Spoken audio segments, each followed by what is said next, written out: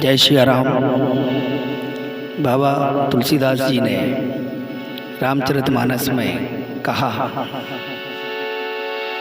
कि जाके हृदय होए जस प्रीति,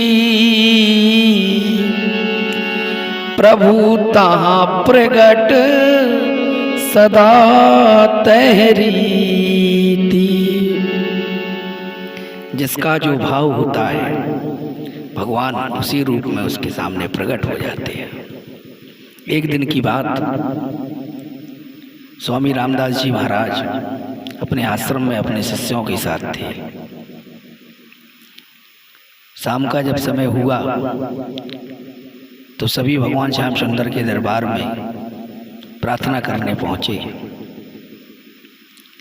स्वामी रामदास जी महाराज अपने शिष्यों के साथ प्रार्थना करने लगे, लेकिन शिष्यों की नज़र पड़ी कि स्वामी रामदास जी महाराज प्रार्थना में कुछ बोल नहीं रहे थे। कुछ शिष्यों ने विचार किया कि हो सकता है महाराज जी मौन प्रार्थना कर रहे हो, लेकिन उनकी प्रार्थना करते समय होंठ तक नहीं हिलते थे। बड़ा आश्चर्य हुआ शिष्यों को।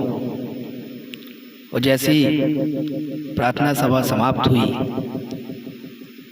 कुछ शिष्य गए और स्वामी रामदास जी महाराज से बोले कि प्रभु एक बात पूछना है।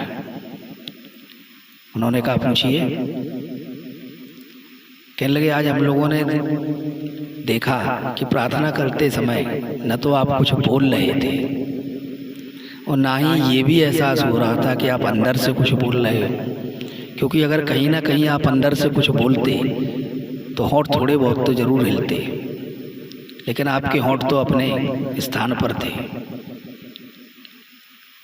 तो रामदास जी महाराज बोले, कहने लगे जो तुम लोगों ने देखा है उसके पीछे एक कारण है। शिष्यों ने जिज्ञासा दी कि प्रभु क्या कारण है ऐसा। तो बोले कि एक दिन मैं नगर भ्रमण पे निकला तो राजा की सवारी वहां से जा रही थी। उसी रास्ते पर एक भिखारी खड़ा था जिसने कई दिनों से खाना नहीं खाया था, भूख प्यास से बेहाल था। ऐसा प्रतीत हो रहा था मानो कुछ देर में ये प्राण त्याग देगा। राजा की नज़र उस भिखारी पर पड़ी। राजा ने अपने एक मंत्री से कहा कि जाओ उस भिखारी को मेरे सामने लेकर। राजा की आज्ञा पाकर मंत्री दौड़ा दौड़ा गया और उस भिखारी को जाके बोला कि चलो महाराज ने तुम्हें बुलाया है। मंत्री उस भिखारी को लेके राजा के सामने लेके पहुंचा। राजा को उस पर बड़ा दया आ रही थी देखकर। राजा ने कहा कि बताओ तुमको क्या चाहिए।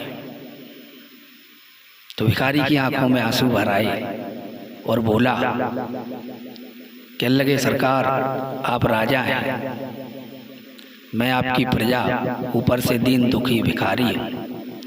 अगर मेरी स्थिति को देखकर भी आप नहीं समझ पा रहे हैं कि मुझे क्या चाहिए तो मेरा कहना व्यर्थ है। मैं आपके सामने खड़ा हूँ, जैसा हूँ, जो मेरी स्थिति है सब आपके सामने है, सब आपको ज्ञात है। अब मेरे मुंह से कहने से क्या होगा। तो रामदास जी महाराज बोले, उस भिखारी की बातें सुनकर उस दिन से मैंने प्रभु के सामने जाकर कुछ भी मांगना, कुछ भी बोलना बंद कर दिया, क्योंकि वो सब जानते हैं किसको क्या चाहिए, क्या आवश्यकता है। और अगर मेरे सामने जाने के बावजूद भी उन पर कोई फर्क नहीं पड़ता है तो मेरे शब्दों का फिर कोई मूल्य नहीं है, शब्दों के कहने से कोई फायदा नहीं। उसी दिन से मैंने ईश्वर से कुछ भी कहना बंद कर दिया। वो अंतर्यामी है, सबके घट-घट की जानते हैं, मेरी भी जानते हैं, वो जानेंगे। तो तात्पर्य यह है कि प्रार्थना में रहना ही प्रमुख है, सब कुछ है। अगर आप ईश्वर के दरबार में हैं, ईश्वर की शरण में हैं, उनके सामने खड़े हैं, ईश्वर को सब पता है, आपको मुंह से कहने की कोई आवश्यकता नहीं।